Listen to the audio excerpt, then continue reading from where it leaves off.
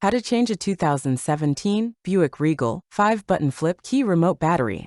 Now here's Sergeant Locksmith to show you how. Let's change the battery out on our Buick Regal 5-button flip key remote. For this task, you will need a flat tip screwdriver and your battery, which is a CR2032. Easy task to do.